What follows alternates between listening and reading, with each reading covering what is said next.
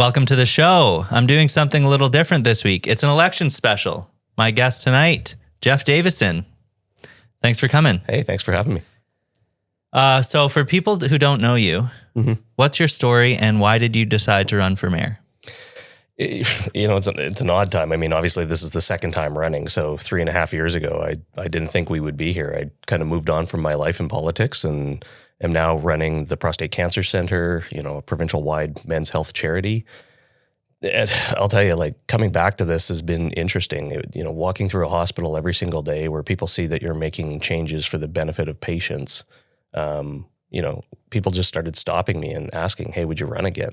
Every time something happened on city council, a bag bylaw, the climate emergency, the blanket rezoning, whatever it was, more and more people just kept coming up to me and stopping me saying, hey, would you relook at this? I think we need to make a change. And, for me, it was talking to the family about it. I mean, I've got 25 years in oil and gas and technology and now healthcare, filmmaking, as well as having sat on council. A lot of people said, look, this is the right experience for what Calgary needs moving forward. Would you come back? And overwhelmingly, I think me and my family and everybody said, yeah, let's give this a shot. I think our city needs this. I'm born and raised here in Calgary. I don't think that gives me any special privilege about, why that's important, but it gives you an interesting perspective on where our city's been and where I think our city should be going. And so all of those for me have brought me back to the table. How has your perspective changed from last time to this time? Running a provincial health charity, every dollar we raise is how we spend it, right? We run solely on philanthropic dollars. It's giving you a different perspective on how you need to create outcomes, right? You need to be able to do more with less. And I think that's really what we're hearing from a lot of Calgarians right now is that from time to time, City Council's been spending a lot of money and nobody can really tell us on what. We don't feel like the impact is there. We don't feel like the benefit to the end user is there. And for me, the biggest thing I think I've learned is that in health compared to the city, at the city, we deal with people's lives, right? We have the chance to affect their lives. In healthcare, we're literally dealing with their life. We have to get it right. And when we don't get it right, we have to be able to pivot quickly. And so it's taught me that, number one, from a dollar perspective, we've got to be able to do more with less because it's all about the citizens. Just as in healthcare, it's all about the patients. But number two, when things go badly, we have to be able to say, stop, we need to pivot. And we need to start acting like government doesn't have all the answers. We're willing to try things. But when and where we fail on things, we have to be willing to say, we've got to try something else and move on.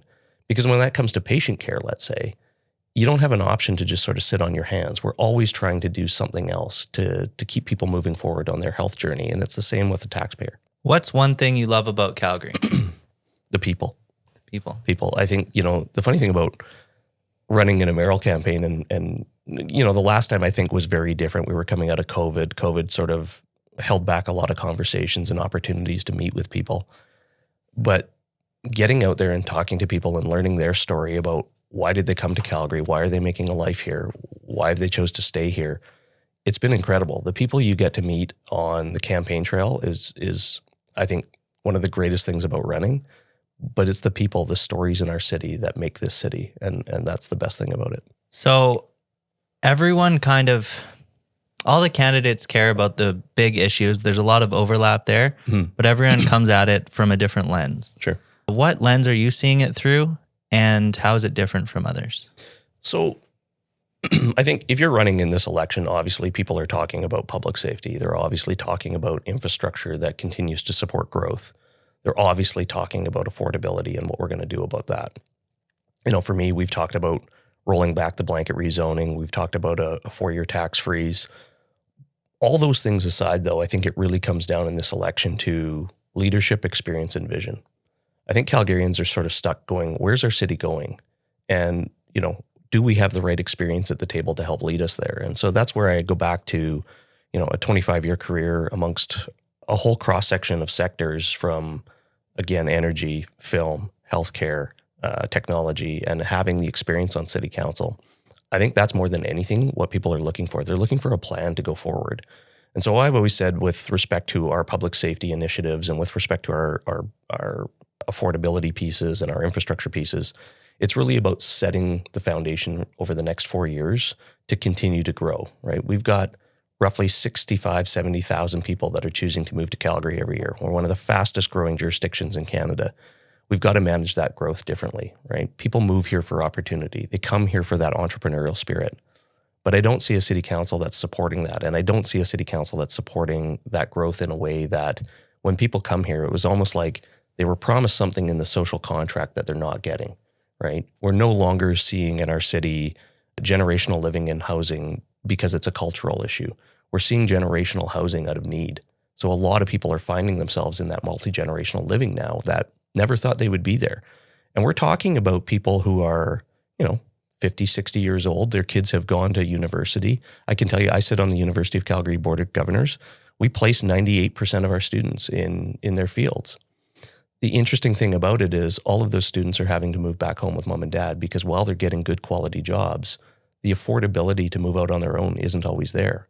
And so I think when you couple that with COVID had a pretty negative impact on people's personal net worth, right? A lot of portfolios went down and a lot of people are finding they now have to work an extra 10 years just to make up for what was lost during that time. Well, you couple that now to all these young people that are having a hard time getting a mortgage. They can't afford the rates that we're paying. Rent is too high. And like I say, they're making good wages in the jobs they're in and they're in their field, but it's not enough. And so we have to start thinking about how do we plan better to manage that growth? How do we plan better to create that affordability? And how do we plan better to just let people succeed? Because at the end of the day, our single and only focus in this campaign about what needs to happen for our city is building a safe, affordable city of opportunity for everyone. That's it. That's our goal, right? How we'll get there, there'll be lots of conversations and lots of issues. But fundamentally, when we have that as a goal that we're going to point back to, almost like a mission statement, that's what's going to resonate with people. Yeah. My next question was, what would you begin to focus on day one if you win?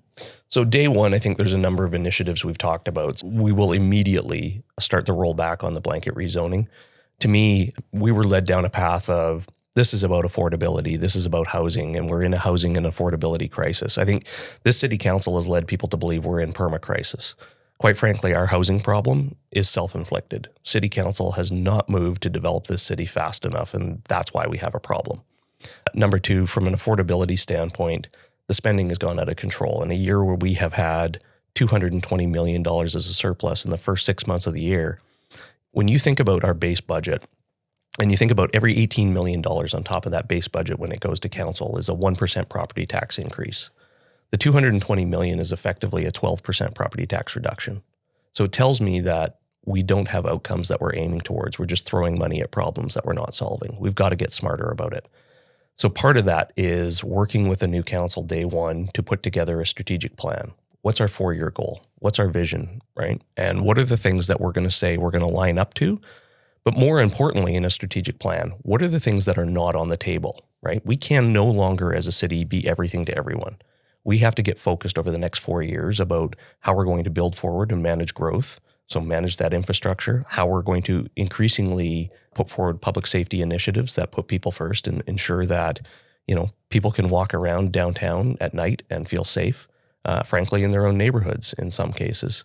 And then we have to think about those affordability measures. So all of that will come together in a strategic plan, and that's really what day one is all about. Can you finish this sentence? Well, I'll try. Depends the sentence.